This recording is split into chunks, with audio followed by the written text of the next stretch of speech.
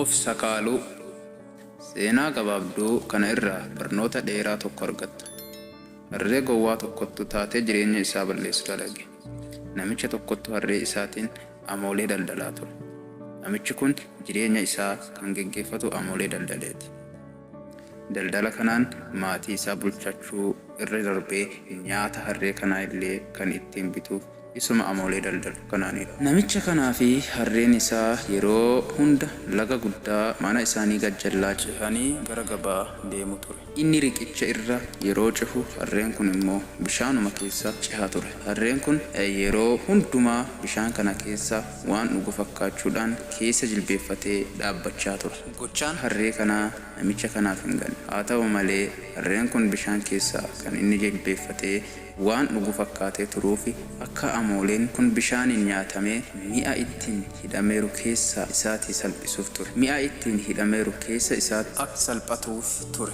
Akkasiin amoolee bishaan nyaachisee kuntaala qullaa ishee baatee deemutti ka'e. Amoolee hedduu bishaaniin bulbulsiisee xiqqoo ishee baatee gabaa baasutti ka'e. Harreen kun sochii isaa kana si'a hedduu yeroo itti deddeebi'utti namichi kun waan gochuu qabu itti yaade. Isa booda ergaa harreen koo kasna godhe kana booda jirbiin nagada jedhee murteeffate abbaan harree kanaa. Isa booda akkuma durii harree isaatti fe'atee qajeela. Har'a yeroodhuma manaa ka'an harree kanatti ba'aan salphatee argama. Jirbiin ulfaatina waan hin qabneef harreen kun halaakaa utaalaa dura namichaa fiiguutti ka'e. Akkuma durii isaanii laga sana bira gahan. Isa booda harreen kun har'a qullaadhuma deemuu kajeele. Namichi kun ba'aa salphaa itti feenaanis akkuma amallii fi tulluun hin godaan jedhan sanatti jal'ina yaaduu isaa dhiisuu hin dandeenye.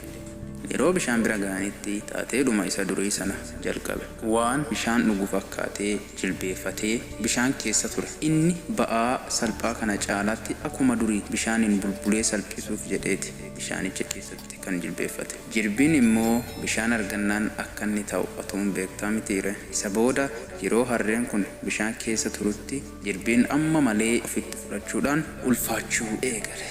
Yeroo harreen kun amma salphata jedhee yaadee ammas bishaanitti gadi jedhutti isa dhumaa ba'aan kun bishaan quufee achumaan bishaanichaan fudhatamee nyaatamees hin du'e. Namni hedduun jal'ina isaan ofii isaa sakaala waan hojjetuunis badduu baafamee bada. Jireenya kee keessatti sochiiwwan hahamoo goota taanaan akkuma harree kanaa sakaalaa si ajjeesu keessa buuta. Dhugumaan isiniin jedha jireenyi balaqqeessaa'u shaakala keeti. Isiniin jaaladha.